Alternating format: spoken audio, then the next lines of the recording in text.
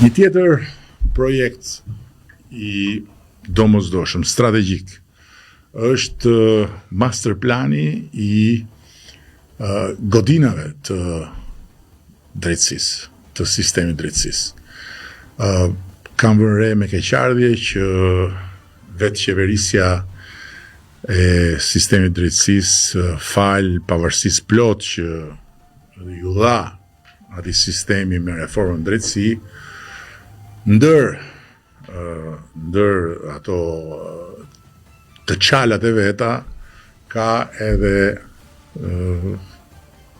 po themi dobësinë e madhe në administrimin e infrastrukturës, në projektimin e infrastrukturës, në transformimin e infrastrukturës. Transformimi i infrastrukturës, transformimi i godinave pa projekte të besueshme është mision i pamundur.